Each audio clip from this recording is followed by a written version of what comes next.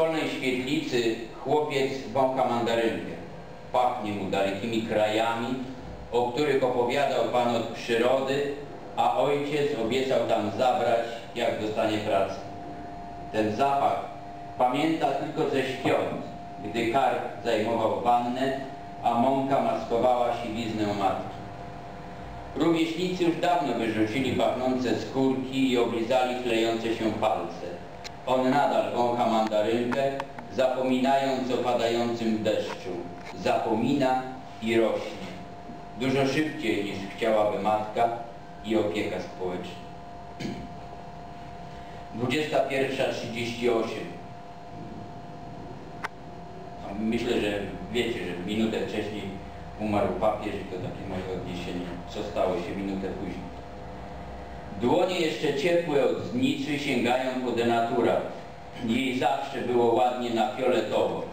To kolor żałoby egipskich kapłanów. Sąsiad schylony strachem przed służbami komunalnymi z 2 reklamówkami wymyka się do lasu, wyrzuca zużyte opatrunki po dziedzicznej łuszczycy i słoiki po ulubionych gołąbkach. Ojciec zbliża się do córki. Pieści gładki brzuch, dotyka warkoczy, zawiązuje je sobie na przegubie, a żonie pięścią nakazuje milczenie. Rura ciepłownicza czuje ciepło kloszarda, który odwraca twarz do ściany, bo nawet on nie może znieść własnego zapachu. Siwa emerytka zdrapuje pleśń ze znalezionego w śmietniku pieczywa, zawodzi ją pamięć, więc zgubi szkolną wiedzę o właściwościach penicyliny.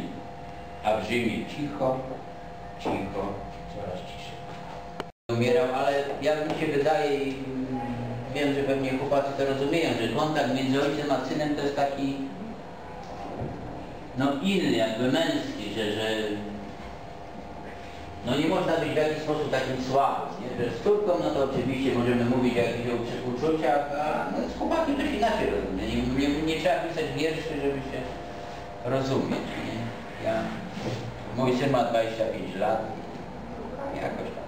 Dziewczyny interesują się Jolanną córką. Rok stary, 26. A w tym wolny?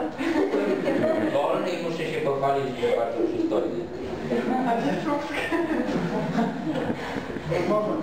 No, 5 godzin z Poznania trzeba jechać. I to znaczy bo pan tutaj jest stąd, z tego okolic, prawda?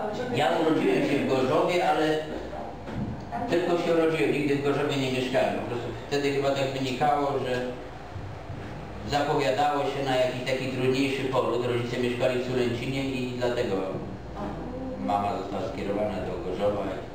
Miałem okazję w tym roku tam być. W Gorzowie mieszka moja koleżanka z podstawówki, która jest pielęgniarką i pokazała mi ten budynek, w którym się urodziłem, także mogłem parę zdjęć porobić, ale szpitala już tam nie ma. Budynek jest wystawiony na sprzedaż. No, dzieje się tak, jak się dzieje. No to ale coś nie się zapytać. Proszę, myślę. A ta dziewczyna, która mieszka w Śromie, jak się nazywa? To pani jest Marta Kostecka. Ale ja nie wiem, czy ona jest po ślubie z tym, wiem, że mają dziecko i być może nosi nazwisko tego mężczyzny, z którym jest. Ale to jest córka tej osoby, o której tu jest ksiądz. A jeszcze do pytania, czy córka albo syn odziedziczyli jakieś takie zawiązywanie do... Znaczy w podstawówce córka trochę pisała, nawet jakieś tam ogólnopolskie laury zbierała, ale po prostu potem jej przeszło. Skończyła filologię polską, ale nie napisała pracy. Pojawił się nowy kierunek bezpieczeństwo państwa, coś takiego. Po 5 latach filologii teraz jest na 3. roku licencjatu o bezpieczeństwo narodowe.